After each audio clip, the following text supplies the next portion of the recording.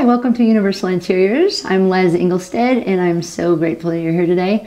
Special guest, we have Raina, our camera lady. She's out front here with me, and I'm so excited because we're going to do a little something special here, actually for the next 6 weeks. And I want Raina to tell you exactly why we get to do this. Sure. I recently read a book called Imagine Heaven by John Burke. And there it is right there. And it has been a very life-changing book. And I really wanted everyone to know about this book because it's helped my life, and I'm hoping it will help yours. And I thought, what better way to get the message of this book out is than talk to the author himself. So I happened to email him, and they responded and said yes, he would do the interview. And so we have recently Skyped him, and we would like to share our conversation that we had with John. And we're so excited for you to listen to this. So enjoy. Hi, John. We are so thankful that you are with us today, and we would just love if you wouldn't mind just sharing maybe a little background about yourself. Well, I live in Austin, Texas. I actually was an engineer for many years, and then ended up becoming a pastor. Started a church for people who are skeptical like me, and a place where they could explore faith and find answers that I think are as good as their questions. So that's what I'm doing now, and I'm also an author.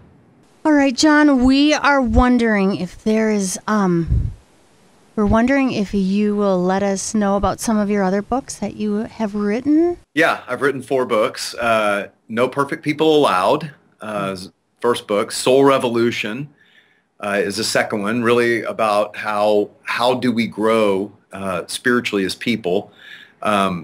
Unshockable Love is the third book I wrote, and then the latest is Imagine Heaven, which is about near-death experiences, God's promises, and the exhilarating future that's ahead.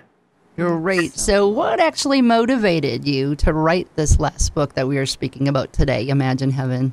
I mean, really, it's been a lifelong journey. When I was younger, my dad was dying of cancer, and someone gave him the first book that coined the term near-death experience, talking about when people die, they literally, their heart stops, their brain waves cease, and clinically they are dead, and yet they're revived. And many of them then said they were still more alive than ever before. And they talk about these glimpses of the life to come. And this guy, Moody, who wrote that book, coined the term near-death experience. And this was that book. And I saw it on my dad's bookcase, and I picked it up and I read it in one night. And after I read it, at that time I was a skeptic. I didn't believe in God. I didn't know what I believed in. And afterwards I said, oh my gosh, this God stuff may be real.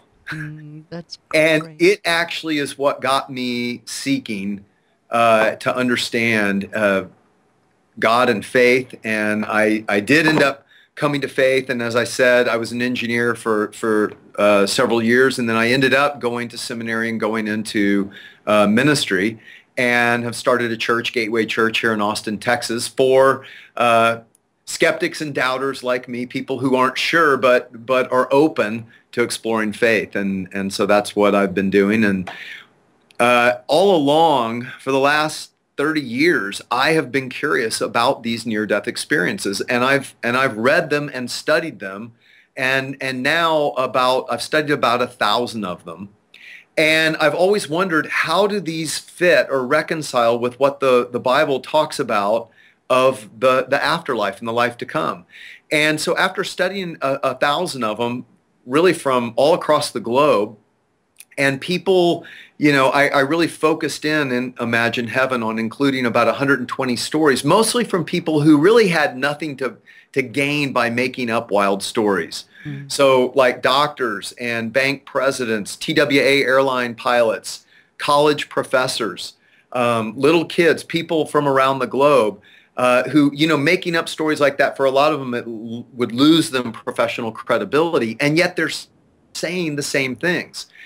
And so after studying the commonalities of all these stories, I could really see how amazingly well it fit together to paint this beautiful, amazing picture of the life that God intends for us to live with him forever.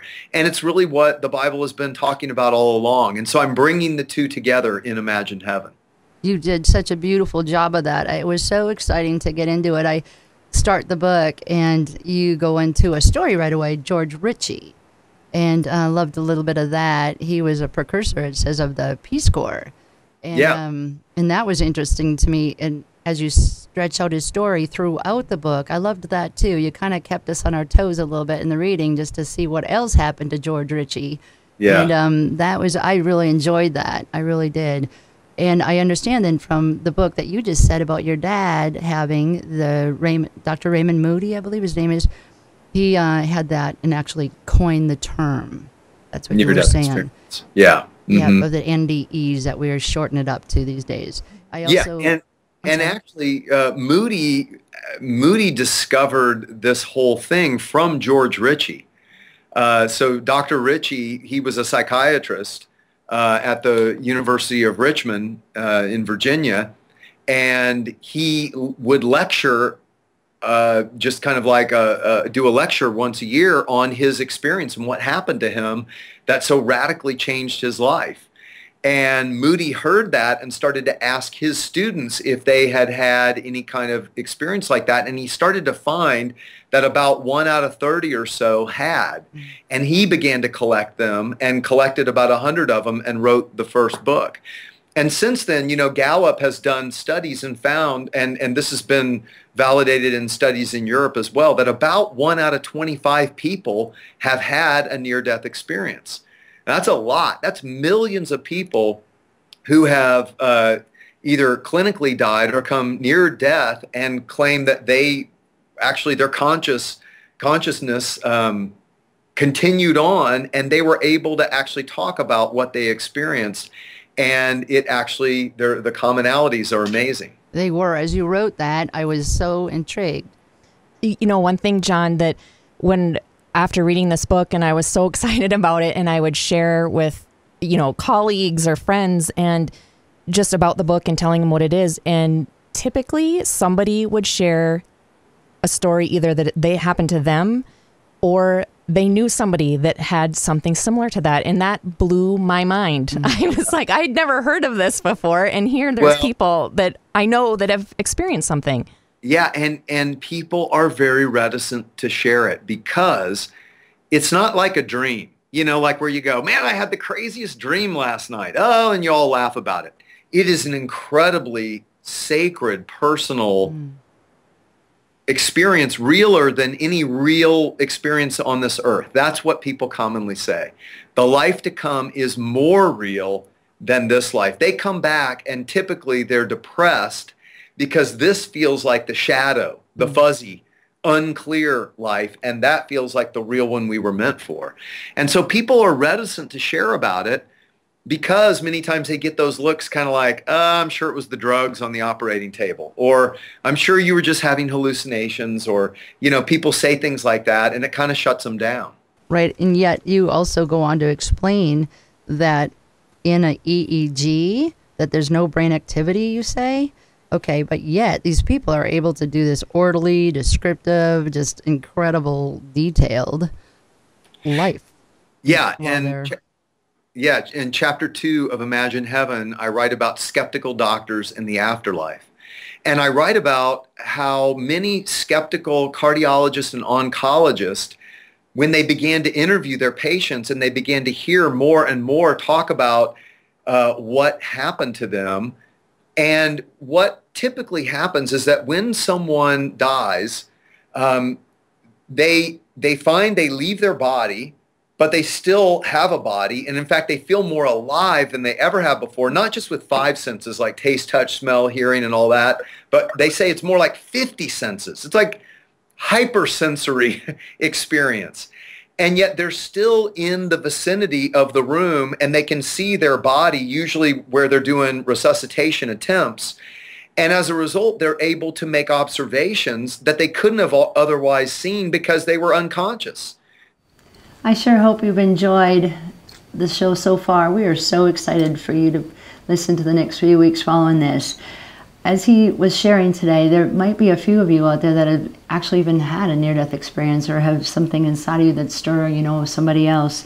And if you experienced anything like that, we just want to encourage you, because it is quite sacred and it is something that you might have to do a little thinking about. But we just want to encourage you to just continue to watch these shows or read this book. It's just an amazing view of what heaven will be like for us. We just want you to imagine it along with us again over the next 5 weeks after this.